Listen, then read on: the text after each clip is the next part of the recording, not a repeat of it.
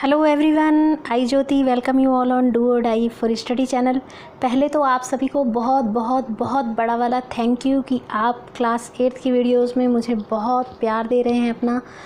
और chapter 1 chapter 2 सभी के उसके क्वेश्चन आंसर्स में एक्सप्लेनेशन में आपका बहुत बहुत प्यार मिल रहा है। आज जो है हम लोग करने वाले हैं क्लास 8 का ही chapter number 3 glimpses of the past. इसका मतलब ये होता है, ग्लिम्स का मतलब ये होता है a very quick and not complete view of somebody और समथिंग, यानी एक झलक ही मिलना। हम पास्ट की झलक की बात करेंगे इस चैप्टर में, और इसमें बात करेंगे हम लोग कि कैसे ब्रिटिश रूल यहाँ पर था, उससे कैसे लोग परेशान थे, कैसे कुछ लोग खुश थे और कैसे उन लोगों ने विद्रोह किया। यानी हम इंग्लिश के साथ साथ इसमें हम हिस्ट्री को भी पढ़ेंगे, तो आपको इसमें बहुत मज़ा आने वाला है। तो इसलिए चैप्टर को लास्ट तक ज़रूर देखिएगा। और again thank you very much for supporting me. आप लोगों का बहुत बहुत सपोर्ट मिल रहा है, बहुत प्यार मिल रहा है आप लोगों का। Thank you very much. चलिए इसको स्टार्ट कर लेते हैं वीडियो को। Before you read, here are some pictorial glimpses of the history of our country from 1757 to 1857। यहाँ पर कुछ पिक्चर्स दिखाई गई हैं आपको पास्ट की, और इसमें कुछ बबल्स दिखाए गए हैं। उसमें हमको बताया गया है हिस्ट्री, जो हमारे देश में हमारे देश का इतिहास है 1757 से लेकर 1857 तक। आपने 1857 के विद्रोह के बारे में सुना होगा। इसमें बहुत सी चीज़ें बताई गई हैं। These pictures and speech bubbles will help clarify your understanding of the conditions that led to the event known as the First War of Independence in 1857। तो इसमें हमको कुछ जो बबल्स हैं उसके अकॉर्डिंग और पिक्चर्स के थ्रू आप समझ पाएंगे, क्लैरिफाई करेंगे अपनी अंडरस्टैंडिंग को कि किस तरह से 1857 का जो फर्स्ट वर्ल्ड वॉर था इंडिपेंडेंस के लिए हमारे देश में, उसमें कैसे कैसे इवेंट्स हुए थे। तो फर्स्ट देखेंगे द मार्टर्स। मार्टर्स कहते हैं शहीद को। तो यहाँ पर पिक्चर में दिखाया गया है at a function in Delhi. Delhi में एक फंक्शन हो रहा है। O my country man, let your eyes fill with tears as you recall the sacrifice of India's martyrs. तो लता मंगेशकर की यहाँ पिक्चर है, और आपको यहाँ पर हमारे देश के प्रधानमंत्री दिखाई दे रहे हैं, पंडित जवाहरलाल नेहरू, लाल बहादुर शास्त्री और इंदिरा गांधी की भी फ़ोटो है, पिक्चर दिखाई गई है यहाँ पर। और ये क्या कह रही हैं, लता मंगेशकर कह रही हैं कि ए मेरे देश के लोगों, अपनी आँखों में आंसू भर लाओ, पानी भर लो, उन शहीदों को याद करो जिन्होंने हमारे देश के लिए बलिदान दिया है। आपने सॉन्ग सुना होगा लता मंगेशकर का, ए मेरे वतन के लोगों जरा आँख में भर लो पानी, जो शहीद हुए हैं उनकी जरा याद करो कुर्बानी। यह मेरा मतलब आपको कोई संगीत सुनाने से नहीं है, लेकिन मैं आपको सिर्फ रिकॉल करा रही हूँ कि इस तरह का गीत आपने सुना होगा। तो यहाँ पर बताया गया है उन शहीदों के बारे में। ये हमारे देश के कुछ फ्रीडम फाइटर्स की पिक्चर यहाँ पर दी गई है। इसके बाद से हम इसको देखेंगे। The companies कॉन्क्वेस्ट्स। कॉन्क्वेस्ट कहते हैं विजय, जो कंपनी की विजय थी 1757 यानी 1757 टू 1849 तक। With superior weapons the British East India Company was extending its power in 18th century India. यहाँ पर सबसे पहले आप मैप देखिए इंडिया का, जो दिया गया है 1765 में। यहाँ पर जो येलो कलर से दिखाया गया ना है, उसमें इंडियन प्रिंसेस यानी इंडिया के राजाओं का रूल था, और जो पिंक कलर से दिखाया गया है वहाँ पर ब्रिटिश टेरिटरी यानी ब्रिटिश का शासन ये अधिकार क्षेत्र में आते थे। तो यहाँ पर उनकी जो सुपीरियर वेपन्स थे, पावर थे ईस्ट इंडिया कंपनी के, उनका जो विस्तार था वो लगातार इंडिया में बढ़ रहा था 18th सेंचुरी में। ये इंडिया की पिक्चर है, आपको ध्यान रखनी है। इसमें लास्ट में भी दिखाया गया है कि किस तरह से लगातार इंडिया में जो ब्रिटिश एम्पायर था वो लगातार बढ़ रहा था। इसमें ये आप एक चीज़ बहुत ध्यान से देखेंगे कि ये जो यहाँ पर पिक्चर है ना, यहाँ पर ये दिखाया गया है, ये इंडिया और पाकिस्तान जो है पहले एक ही थे, बाद में जो है पार्टीशन हुआ 47 में। तो ये हिस्ट्री भी साथ साथ है, आपको ये भी चीज़ें समझते जाना है। Indian princes were short sighted. जो इंडिया के प्रिंसेस थे, जो राजा थे, वो लोग दूरदर्शी नहीं थे। दैट अपस्टार्ट राजाबा call the English merchants they will help me to defeat him.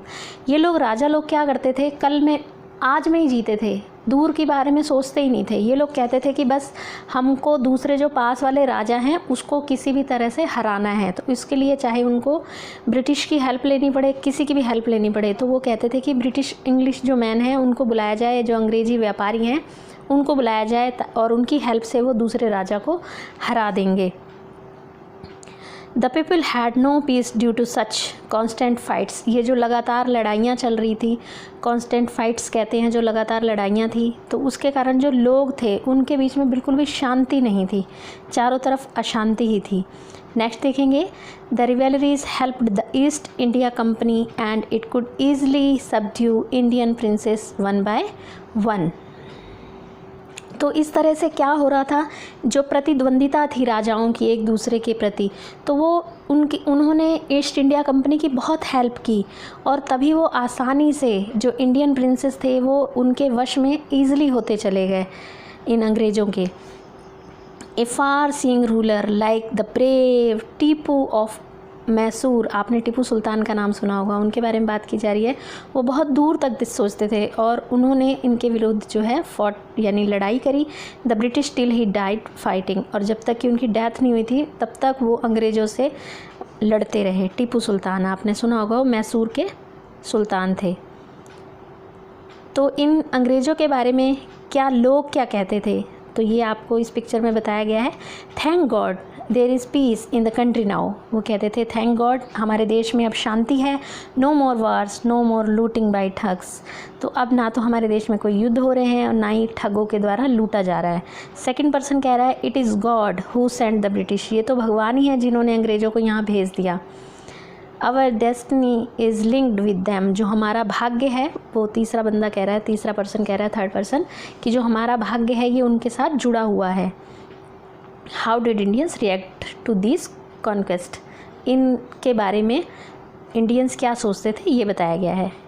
Other picture में the white man has killed one और डिथ्रॉन्ड आवर किंग्स। तो जो यहाँ के इधर इस सेकंड पिक्चर में दिखाए गए हैं लोग, वो लोग ये कह रहे हैं जो वाइट मैन हैं यानी जो अंग्रेज़ लोग हैं, उन लोगों ने हमारे जितने भी राजा हैं उन लोगों को मार दिया है या उन्हें शासन से उतार दिया है। Some kings were not good. जो कुछ राजा थे वो भी अच्छे नहीं थे, but after all they were of this land. लेकिन वो इस धरती के तो थे। Now we have become slaves of foreigners. लेकिन अब तो हम अंग्रेज़ों के दास बन गए हैं, हम विदेशियों के गुलाम बन गए हैं। तो ये अलग अलग सोच है, दोनों पिक्चर्स में दिखाया गया है कि एक लोग कहते हैं कि ब्रिटिश आए तो अच्छा हुआ, दूसरी तरफ वो लोग भी हैं जो कहते हैं कि जो राजा थे वही अच्छे थे, चाहे वो अच्छे नहीं भी थे फिर भी वो अच्छे थे क्योंकि वो यहीं के थे और अब तो हमको गुलामी में रहना पड़ेगा। नंबर 3 पे जो बात की गई है वो की गई है ब्रिटिश रूल की 1765 से लेकर 1836 तक। वैसे तो जो ईस्ट इंडिया कंपनी थी वो यहाँ पर सिर्फ व्यापार करने के उद्देश्य से आई थी, लेकिन धीरे धीरे उन्होंने जब यहाँ की कंडीशंस देखी कि राजा लोग एक दूसरे से ही लड़ाई कर रहे हैं तो उन्होंने इसमें अपना फ़ायदा देखा और यहाँ पर अपना शासन करना जो है स्थापित शुरू कर दिया। तो यहाँ पर जो दिखाया गया है जो धार्मिक गुरु थे वो लोग क्या कहते थे इन चीज़ों के बारे में। जो रिलीजियस लीडर्स थे वो priest ideas like untouchability and child marriage. जो रिलीजियस यानी धार्मिक गुरु थे, लीडर्स थे, वो लोग किसी प्रीच कहते हैं कि किसी बात के लिए शिक्षा देना या सीख देना, तो वो सीख देते थे इन तरह के आइडियाज़ को अनटचेबिलिटी और चाइल्ड मैरिज के लिए वो बढ़ावा देते थे इन चीज़ों को। और वो ये कहते थे, यहाँ पर धार्मिक गुरु की जो पिक्चर दिखाई गई है उसमें वो गुरु कह रहे हैं anyone who crosses the seas loses his religion. जो भी समुद्र को लांघेगा उसका जो है धर्म नष्ट हो जाएगा, यानी समुद्र को लांघना उनके लिए अच्छी बात नहीं थी। और जो सेकंड ये हैं रिलीजियस लीडर, ये कह रहे हैं all the misery in the world is due to women. दुनिया में जितनी भी मिजरी है यानी जो अनहैप्पीनेस है या सफरिंग है वो सिर्फ वुमेन्स की वजह से है दुनिया में। देखिए कितनी गलत सोच इन्होंने बताई है वुमेन्स के बारे में। इनको ये नहीं पता कि जो जन्म देने वाली होती है वो भी एक माँ होती है। बहुत गलत बात इनकी मैं तो इनसे बिल्कुल सहमत नहीं हूँ। आगे देखेंगे, the truth was that Indian had lost self respect, the British scorn them. सच्चाई ये है, यहाँ पर ये दो अंग्रेज़ लोग जो हैं वो आपस में बात कर रहे हैं, वो ये कह रहे हैं कि जो सच्चाई यही है कि इंडियंस ने अपनी सेल्फ रिस्पेक्ट बिल्कुल खो चुके हैं वो, और जो ब्रिटिश लोग हैं वो उनसे घृणा करते हैं। तो जो सेकंड है इंग्लिशमैन यानी अंग्रेज़, वो कह रहा है the natives are unworthy of trust, incapable of honesty. वो ये कहता है कि यहाँ के जो नेटिव हैं वो बिल्कुल ट्रस्ट नहीं करते एक दूसरे पर, अनवर्दी हैं, अयोग्य हैं, उन पर मतलब ट्रस्ट नहीं किया जा सकता। तो यहाँ पर एक इंडियन पीछे जो हाथ जोड़ते हुए दिखाया गया है वो कह रहा है true your honour but I am honest. आप सच कह रहे हैं कि यहाँ के लोगों पर ट्रस्ट नहीं किया जा सकता और उनमें जो है ऑनेस्टी, ईमानदारी की कमी है, लेकिन ये कह रहा है कि आप सच कह रहे हैं, मैं जो है मैं ईमानदार हूँ। नेक्स्ट पिक्चर में दिखाया गया है being merchants, the British wanted quick profits. जो व्यापारी थे वो लोग, तो मैंने आपको पहले ही बताया ये लोग व्यापारी थे, ब्रिटिश लोग पहले यहाँ व्यापार करने आए थे, तो वो जल्दी से बस प्रॉफिट कमाना चाहते थे। उन्होंने जो हैवी टैक्स देते थे, उन्होंने जो फार्मर्स थे उनसे हैवी टैक्स लेते थे उनके खेतों में जो वो फसल बोते थे ना, तो उनसे बहुत ज़्यादा मतलब टैक्स के रूप में कई बार तो उनकी जो खेती थी उनको वो भी मतलब जो खेत थे उनको वो भी छोड़ने पड़ते थे। यहाँ पर वो बता रहे हैं, ब्रिटिशमैन ये बॉय से बात कर रहे हैं यहाँ के एक मैन से, वो कह रहे हैं कि उनके फील्ड लेने के बाद भी वो ये मतलब उनसे कह रहे हैं, उनको हाथ जोड़कर रिक्वेस्ट कर रहे हैं कि ये कह रहे हैं कि योर जो man are taking all my crops, कि आपके जो आदमी हैं उन्होंने मेरी सारी फसल ले ली है। तो ये जो इंग्लिशमैन है ये कह रहे हैं कि अभी भी तुम्हारे पर कुछ बकाया है और तुमको वो नेक्स्ट वीक तक पे करना पड़ेगा, नहीं तो हम तुमको जेल भेज देंगे। एक तरफ तो वो टैक्स के रूप में उनकी खेती तक हड़प लेते थे, ज़मीन तक हड़प लेते थे, फसलें हड़प लेते थे, दूसरी तरफ फिर भी वो कुछ और आइडियाज़ जो थे, मेथड्स थे, वो तलाश कर रहे थे, इन्वेंट कर रहे थे जिससे उनको और ज़्यादा प्रॉफिट मिले। तो ये इंग्लिशमैन कह रहे हैं the goods manufactured in England should not have any import duty when brought into India. तो वो कह रहे हैं कि जो भी गुड्स, जो सामान है इंग्लैंड में बनकर तैयार होगा, जब वो यहाँ आएगा तो उस पर कोई भी जो टैक्स है वो नहीं लगना चाहिए। तो दूसरे अंग्रेज कह रहे हैं गुड आइडिया, बहुत अच्छा आइडिया है ये तो। The East India company's law began to cripple Indian industries. Cripple कहते हैं मतलब अपंग कर देना उनकी, यानी कमर तोड़ देना। जो ईस्ट इंडिया कंपनी थी उनके जो कानून थे उन्होंने इंडियन जो इंडस्ट्रीज़ थी उनकी कमर तोड़नी शुरू कर दी, उनको अपंग बनाना शुरू कर दिया। Inevitably famines followed between 1822 and 1836. 15 lakh Indian died of starvation.